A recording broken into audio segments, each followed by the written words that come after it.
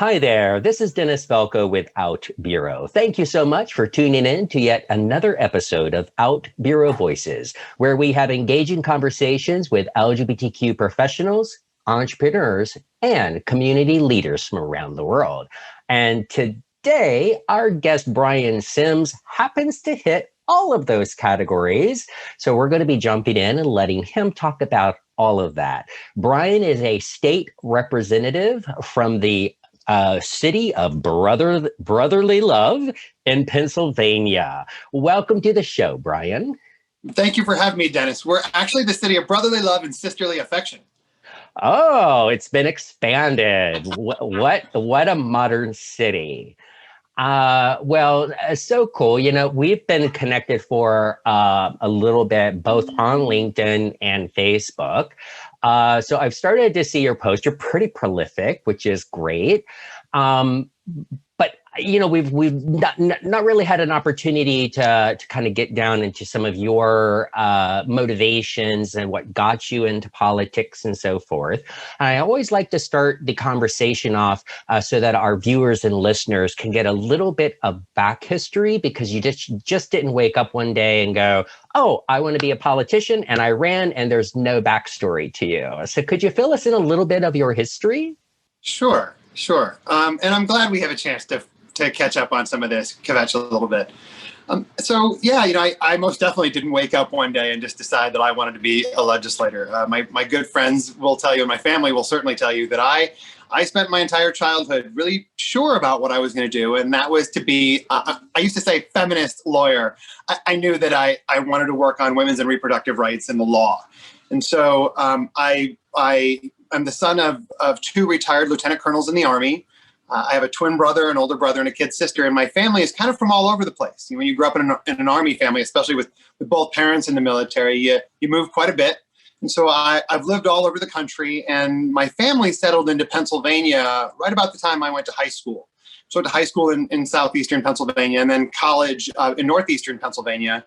But I went to law school at Michigan State. I have a degree in international and comparative law. And moved back to Philadelphia to sort of start my life and start my practice. And what I didn't know I was doing was moving into a state that had not a single LGBTQ civil right, in a city that actually has the strongest LGBTQ civil rights of a major municipality in America. And I spent a number of years practicing law in Philadelphia, and eventually became the board president of Equality Pennsylvania. I'm fighting for equal rights for LGBTQ Pennsylvanians. And there was this data point in Pennsylvania that was, nationally, that was certainly true in Pennsylvania at the time. And then that was that no state that had ever passed any type of comprehensive LGBTQ legislation and had done it without first having an out legislator. And Pennsylvania was the second largest state in the country that had never done that. And so for a number of years, I worked to try to elect some out people to the General Assembly, to no avail. And just about 10 years ago now, a group of my close friends sat me down and said, maybe you're the person you've been looking for. And, I'll admit I didn't agree with them at first. I'm not a native Philadelphian. This is a city that really elects its own. And I just didn't think that I was the answer to the problem at the time. About a year later, though, I did announce that I was running for office. I let my incumbent know, and I won my first election by 233 votes, and I just won my last election, my fifth election, by the widest margin of my career. Wow. Well, awesome. Well, I have had an opportunity since our last conversation to do a little bit of background, watched a few interviews and so forth with you, and so had a little bit of that info myself, but obviously for our viewers as well to get that. But you're also one of the first collegiate sports players to come out as well. Well, at least men. I'm fond of telling people that when the story of out athletes gets written, it'll probably be chapter 10 before they mention a man. Women, and particularly trans women, have been leading with respect to queer inclusivity in sports for 50, 60 years. We're finally beginning to catch up with the major men's sports. But yeah, I was the captain of my college football team at Bloomsburg University in northeastern PA in 2000 when we went to the national championship and actually lost. And my teammates sort of came out to me right around that time. I get credited with having come out to my team, but they sort of came out to me and are still my best friends. It's 20 years later, and my college teammates, especially, are some of the best friends that I have in this world still. Interesting. So when you say they came out to you, did they just kind of suspect and go, come on? Come on. Well, I'm very much the same person that I was when I was younger. If you sat down next to me at 17, I was going to explain to you why women should be, the president and Marines and the heads of Fortune 500 companies. And I carried that with me through college. My teammates, for many of them, going to a school, which the school that we went to had a very strong women's sports program. For a lot of my teammates, that was the first time they'd had an opportunity to not only see women really excel in things that they respected, but also to understand that we were all on a level playing field and needed to be treated that way. And so when I came out, or when they sort of sat me down, and what happened is my college quarterback actually asked me if I was, finally my senior year, asked me if I was gay, and I said yeah, and I was with a group of friends, and we had some time together, and as we were driving back to my college to really talk it out. And over the next few months, my entire football team had sort of gathered to have this conversation. The seniors and the starters on my team had talked with all of them about it, and it was still to this day the most supportive, cathartic 6 months of my entire life. I didn't live a scared life in the closet, although I was very much in the closet. And then suddenly, right after losing a national championship, right after what at the time was one of the biggest moments of my life, to have the people that I cared the most about, that I respected the most, to have them sort of proverbially sort of lock arms around me and show me respect, but also a lot of love and empathy. That was how straight men especially show affection to one another is a really complicated thing. And when I was 22 years old, I got to watch all of the most important straight men in my life, from my teammates to my siblings to my father, all really show deep affection and empathy and a little bit of sympathy and in ways that I hadn't before. And it really helped to define sort of how and why I approach their masculinity. Awesome story. And, so many people in the LGBTQ community have negative stories, and that's unfortunate, but it's good to share those positive stories so that people do know that, if you are living, your authentic self, whether you're in the closet or out of the closet, if that's kind of the only thing and where you're kind of hiding who you are, then the people around you still know you, and it's not a huge shift for them to go, oh, well, I didn't know that, but everything else about you is exactly the same. No surprises there. Dennis, we have found that it ends up being sort of statistically, empirically, one of the most impactful things that an LGBTQ person can do for equality is to come out. Now, that's not a reason to come out. Come out for joy and happiness and authenticity. But know that one of the side effects of coming out is that the people around you will be more likely to support equality for having you come out. And that's a tough thing. We all of us know people in our lives, or feared that there would be people in our lives that wouldn't support us or that wouldn't handle it well, so to speak. But what those of us that are out, and what a lot of the social science has shown us, is that experience, while it is really wonderful for the person coming out, it also has a really wonderful impact on the people around you to support equality. So it's another reminder about why being out and open and authentic is a good thing for everybody. Absolutely. And you've been a state representative now for just over 9 years, and have been tirelessly working on full level of the full breadth of LGBT equality for the state of Pennsylvania. As a matter of fact, I watched your very impassioned speech on YouTube just a few weeks ago. Well, it was just a few weeks ago. Now in your 9th year, really pleading to your superiors, as you called them, to finally pass statewide LGBT protections. And I was this morning in preparing while I was having my coffee, I was trying to look for an article to find the outcome of that vote. So one, could you give us a little bit of information about the state of Pennsylvania and as it relates to LGBT rights and where that stands, and maybe a little bit about that legislation that you were trying to introduce and where that sits as of today? Sure. This will be a familiar story for any of your Pennsylvania audience members, but certainly for a lot of audience members that live in the 30 or so states that really don't have comprehensive LGBTQ protections in law.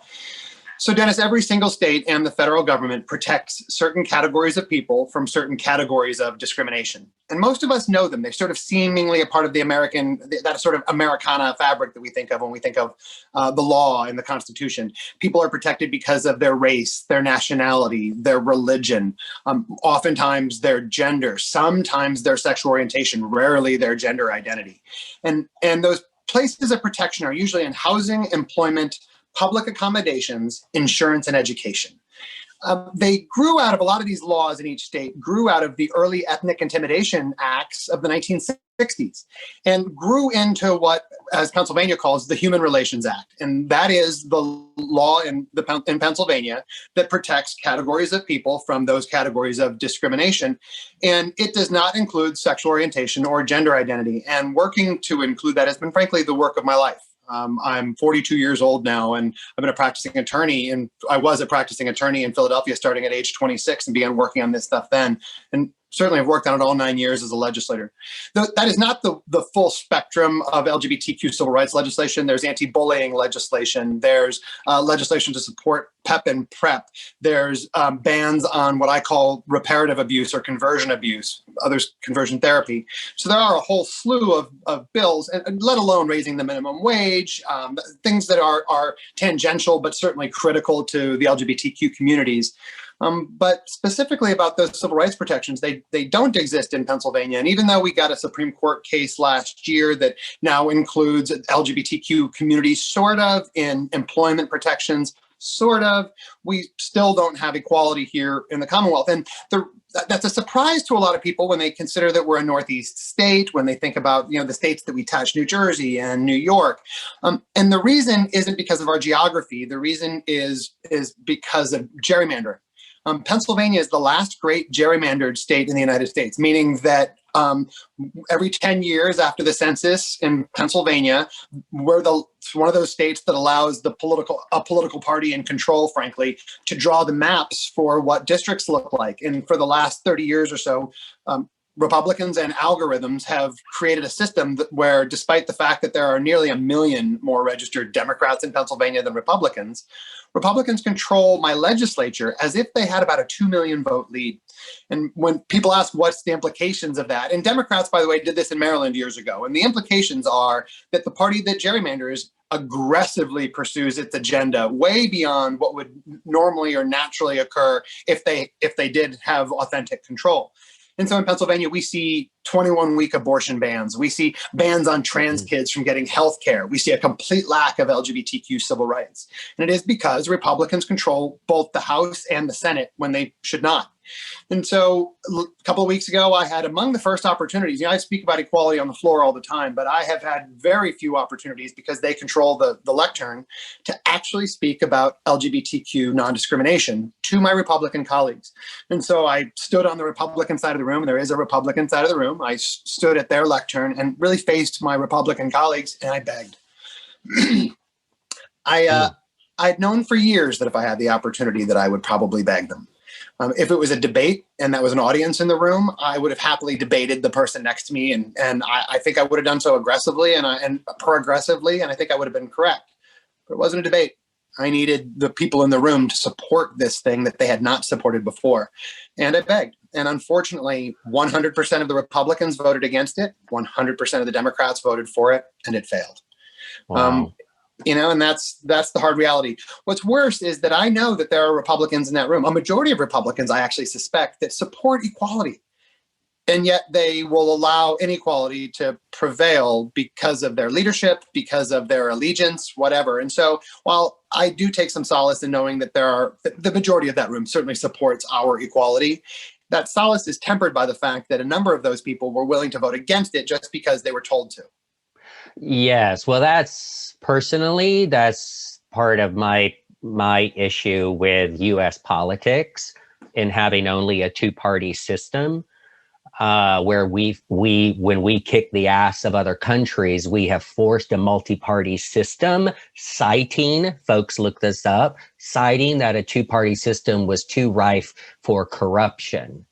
And it's just like that. And just like the Republican Party at the federal level, who if Trump said something or McConnell says something, everyone just falls in line because they're too afraid to stand out and actually truly support the people that put them in that position to represent. They're too afraid of the upper powers that be. If I were in that position, maybe I would only last one season because I would be like, fuck you, I'm doing the right thing. But these people don't have the balls or the gonads to actually do the right thing. Oh, I promise you, if it was about balls and gonads, it would have happened a long time ago. My legislature is way too male, despite the demographics of the state. No, yeah, and I don't mean that in a sexist way. I'm, just thinking on the spot. So sorry, anyone who, female identifies that I use that terminology, but that is one of the things that just totally irates me about the political system is, do the right thing and stop just towing the party line just because out of fear, intimidation, and so forth. Do the right thing, people. And you know what? If they would start doing that, I think we would have such a positive revolution in this country at state levels and at the federal level that we truly would become the leader of the world again in all the right capacities, when in most situations we are far behind. We're far behind in education. We're far behind on medical care. We're far behind on actually creating new innovations and so forth, because all of our jobs are pushed out overseas. And oh God, I could go on and on. Dennis, I'll tell you, I don't actually think that our elected officials are going to start doing the right thing. No, I don't think that sad. Suddenly these bad actors are going to either fear repercussions enough or have a moral awakening enough to make them change their actions. And so the answer is to replace them. The answer lies in LGBTQ plus people, first and second generation immigrants, obviously people of color, obviously women. More of all of those people ran for office in America in these last couple of cycles than at any time in U.S. history. And so the good news is we don't have to keep wishing that these people would behave better or wanting them to do better things. We need to replace them with people that will and that do. And we're doing that already. Absolutely. And part of that, you were either, I forget what position you held, but you were part of the Victory Fund in a leadership capacity. And are you still involved with them? I mean, do they? I am, almost on a daily basis. The executive director of the Victory Fund, Anise Parker, and the executive director of the Victory Institute, Ruben Gonzalez, are both people that I'm proud to consider friends. I have worked with the Victory Fund for almost my entire adult life. I was a board member at the Victory Fund for years before I ran for office. I've had the honor of working at Victory Fund or working with the Victory Fund at events all across the country, from Chicago to Seattle to Atlanta. I was trained by the Victory Institute before I ran for office, which is something that I recommend every single out LGBTQ person that's considering running for office do. It was critical to how I ran my first race and now how I operate as a legislator. But there is nobody in the country that works harder to find, fund, and train out LGBTQ people in the United States than the Victory Fund. Yes, and we gave kind of a definition of it. And folks, I'll have links down below for our viewing and listening audience. If you aren't familiar with the Victory Fund, highly encourage you to check them out. Maybe consider beginning to donate and so forth, because here in the United States, and obviously if you're in another country and don't have something like the Victory Fund, reach out to them, and perhaps they would mentor you on creating a similar organization in your country. And what they And Dennis, are, they do have operations in South America. They've grown very active in South America and Latin America over the last several years. oh, awesome, awesome. And I will have to reach out to those folks and get them here on the show.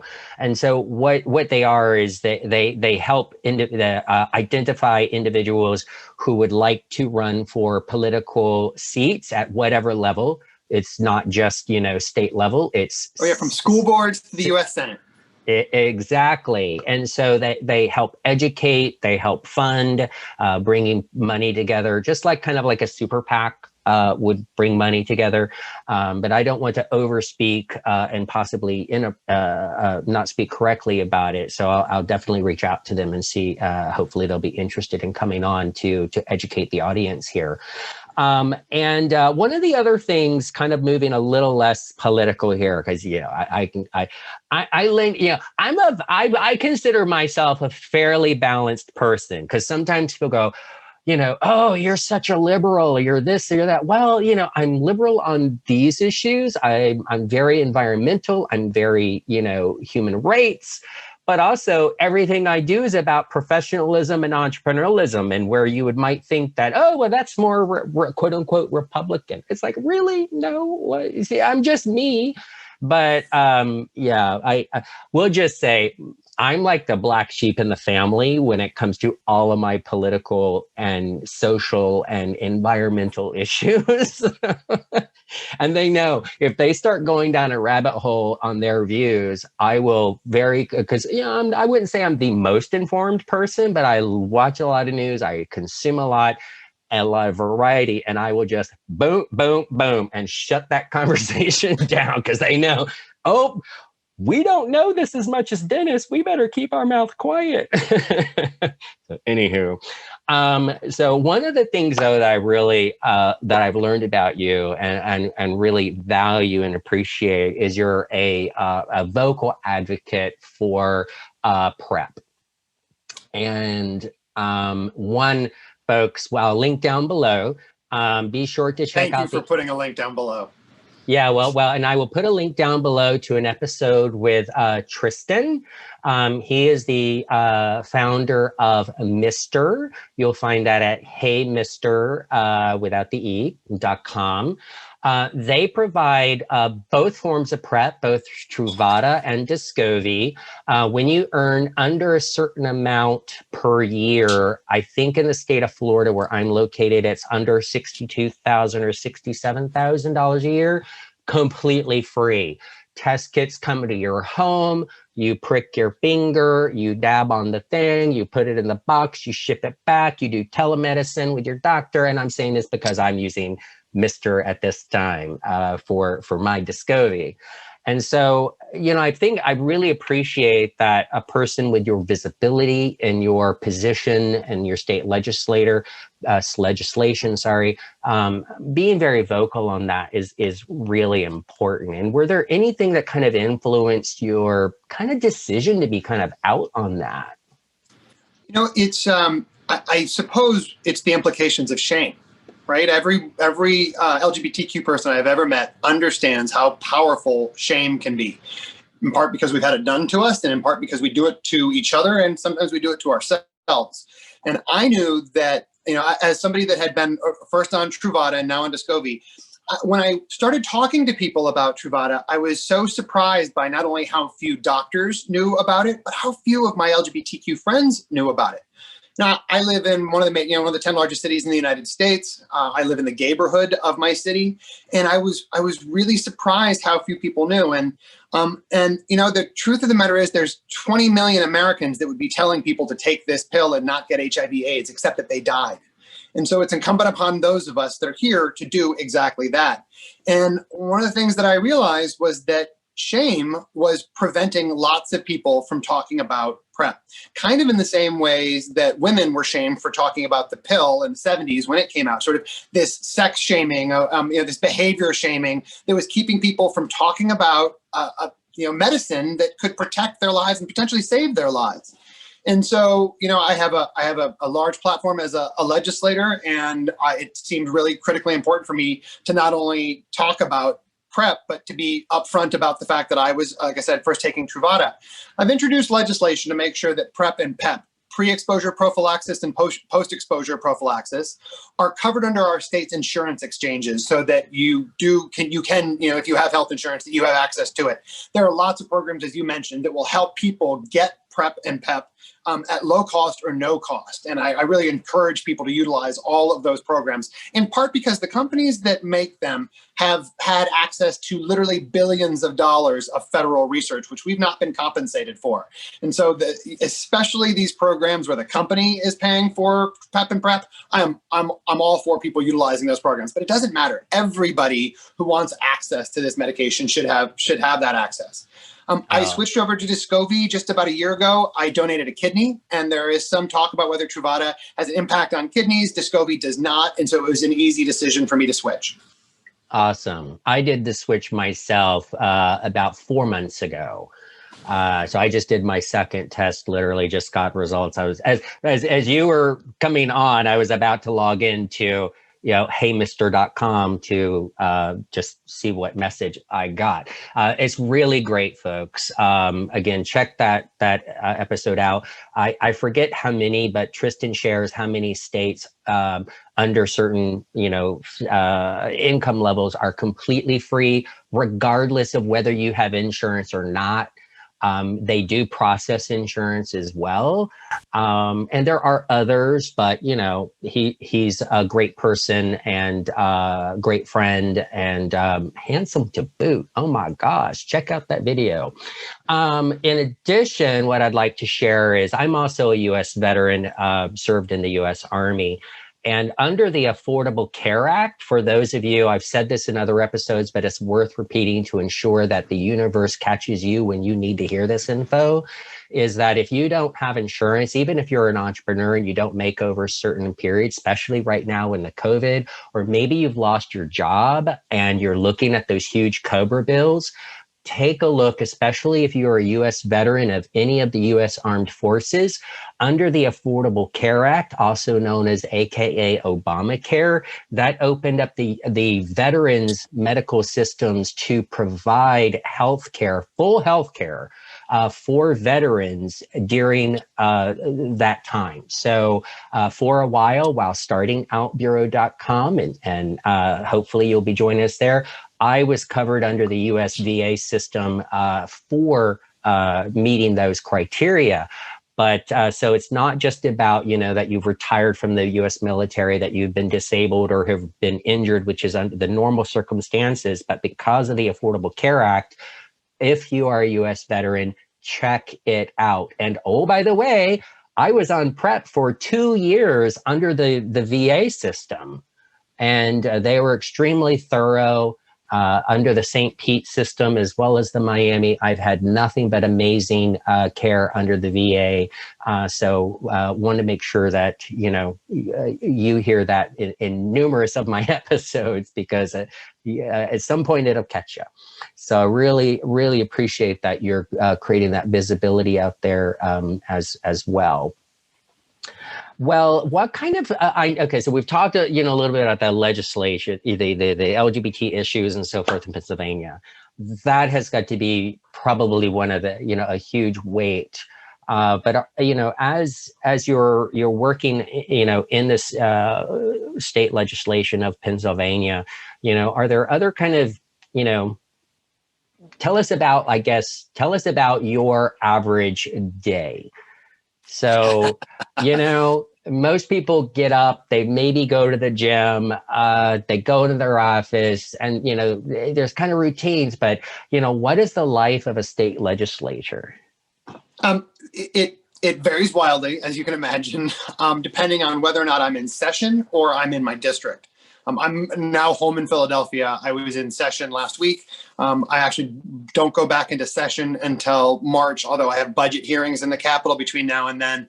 And so they are very different days. I'll use today as a good example, just because I should. So this morning, I had an hour-long conference call with all of the other legislators that make up the Philadelphia delegation, along with the superintendent of our schools and the mayor's staff, to talk about the safety and efficacy of the schools right now and getting students back into schools, which I don't think is a good idea. Right after that, I had a conference call with my staff, both in Philadelphia and in Harrisburg, about the sort of what's going on with the day, a couple of different things that I have to do tomorrow. I checked in with my chief of staff about a couple of things where she's sitting in for me and where we've got some stuff that we have to do tomorrow together.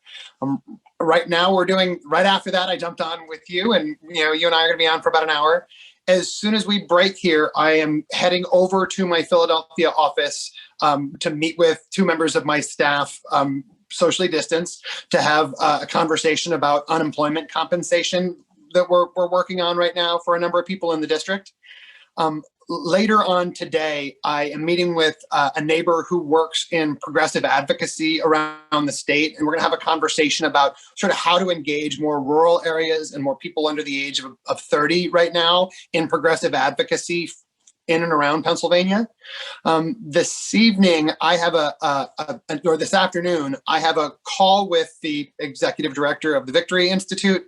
I have a half-hour long call this afternoon with the executive director of a committee that I serve on to talk about legislation that I'm pursuing. I have two calls today with potential candidates. One is somebody that's running for the U.S. Senate, and the other is somebody that's running for county executive. This evening, I'm having dinner with one of my best friends. I'm picking up veggies at Whole Foods nearby and heading over to his place with my dog. We're going to do dinner over there. I think he's going to grill something. And then tonight, I'm going to watch yesterday's episode of Oak Island on the History Channel. And I'm hopefully going to be in bed by about 11. How's that for a day? That is a packed day. It's kind of a typical day. I know it sounds crazy. My calendar is off the wall, but a lot of people's are. But Pennsylvania, we are the General Assembly or the legislature that met the most during the COVID-19 crisis. And I actually serve on the committee that met the most in the entire legislature. And so, while I had to do a lot of quarantining throughout all this, I also had to do a lot of traveling. It was, 6 times I think I was exposed to COVID because of my Republican colleagues, maybe 5 times. So I've been tested a lot, all of that. But I'm a pretty busy person, as are most of my colleagues. Okay.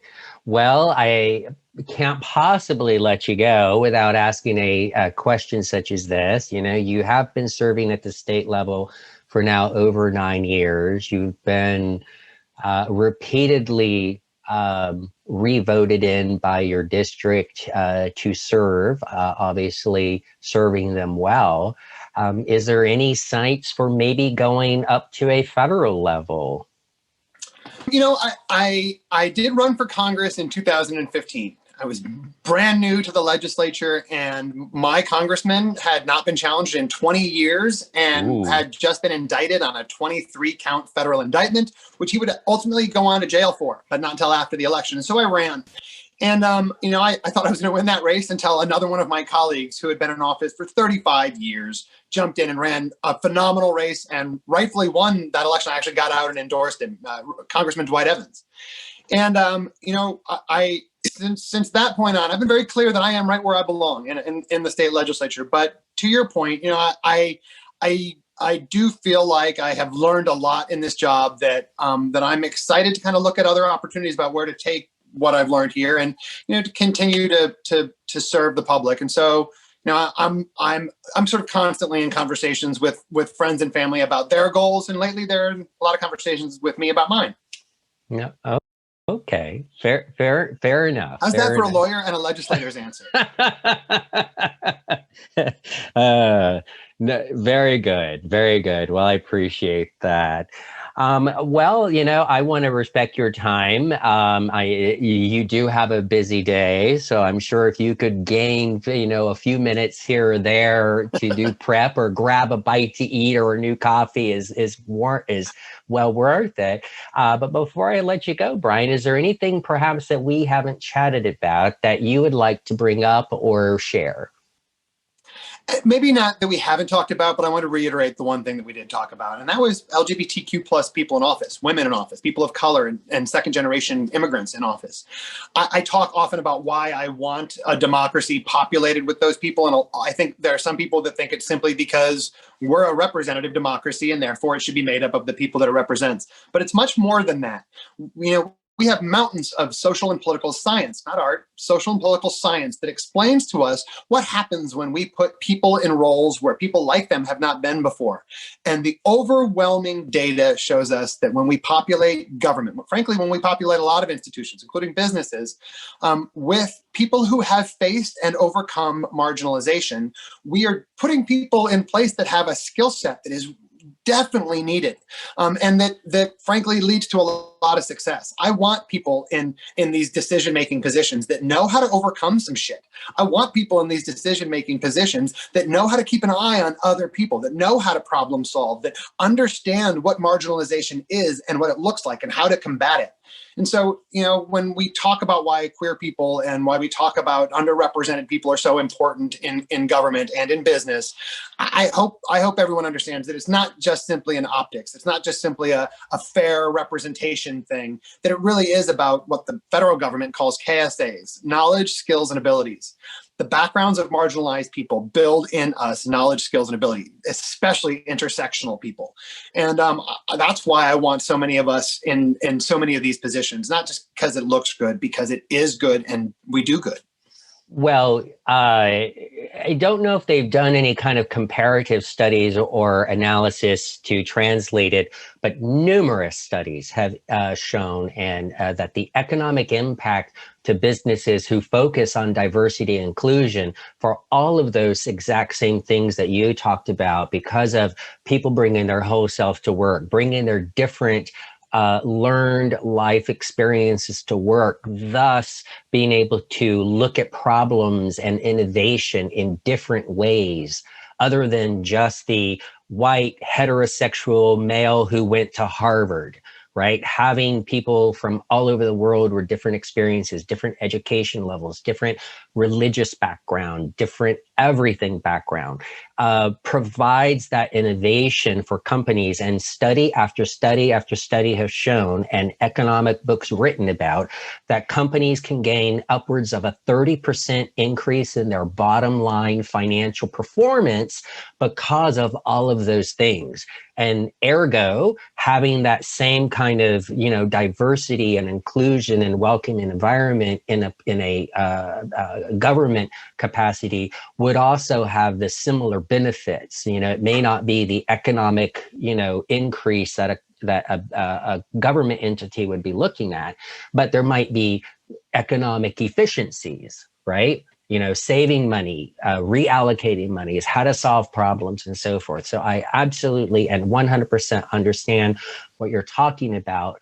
And if there isn't one out there, that might be an interesting thing to look at, is looking at those studies, how it related to the business, and then maybe forming a committee to say, okay, well, how do we extrapolate that and apply that to government? Just, if it hasn't been done, that would be a great thing to champion. Well, it has been an absolute pleasure speaking with you today, and I appreciate you taking time out of your very apparent busy day and week to chat with me today. It's all about living by a schedule, right? Following a schedule. I have enough people to make sure that if I slack off or if I'm late to things, that I hear about it. So I don't. And Dennis, thank you for the time. This was a great way to start my morning. Awesome.